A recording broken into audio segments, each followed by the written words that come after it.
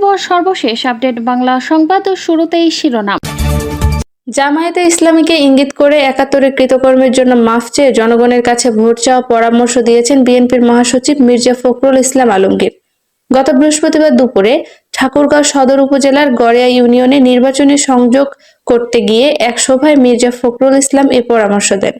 মির্জা ফখরুল ইসলাম আলমগীর বলেন, আমি কারো বিরুদ্ধে কথা বলতে চাই না, শুধু একটা কথা জোর দিয়ে বলতে চাই, এই এলাকায় হিন্দু ভাইয়েরা আছেন, মুসলমান ভাইয়েরা আছেন।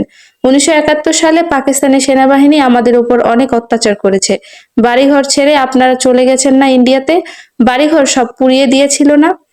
ঠাকুরগাঁও শহরের বাড়ির কথা উল্লেখ করে বিএনপির মহাসচিব বলেন, বাড়িটা ছাড়া কিছু ছিল না, পেট্রোল পাম্পের আন্ডারগ্রাউন্ডের ট্যাঙ্কটাও নিয়ে গিয়েছিল।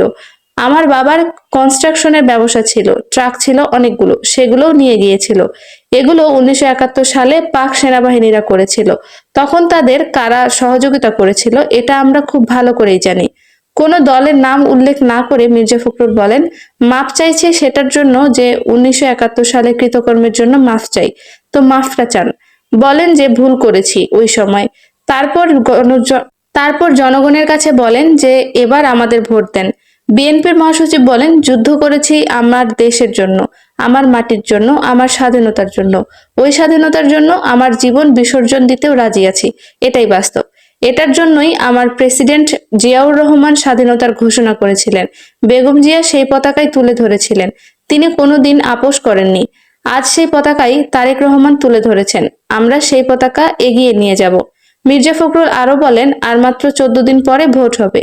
এই ভোটে যদি আমরা সঠিক সিদ্ধান্ত নিতে না পারি তাহলে আমরা আবার ভুগব।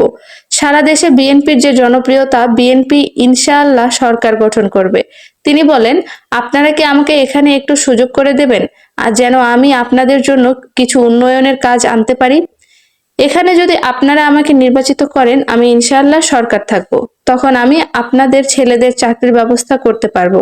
আমি আমাদের এই এলাকায় কৃষিভিত্তিক শিল্প কারখানা গড়ে তুলতে পারবো, ইপিজেড করতে পারবো, এয়ারপোর্টটাও করতে পারবো, মেডিকেল কলেজ, বিশ্ববিদ্যালয় করতে পারবো।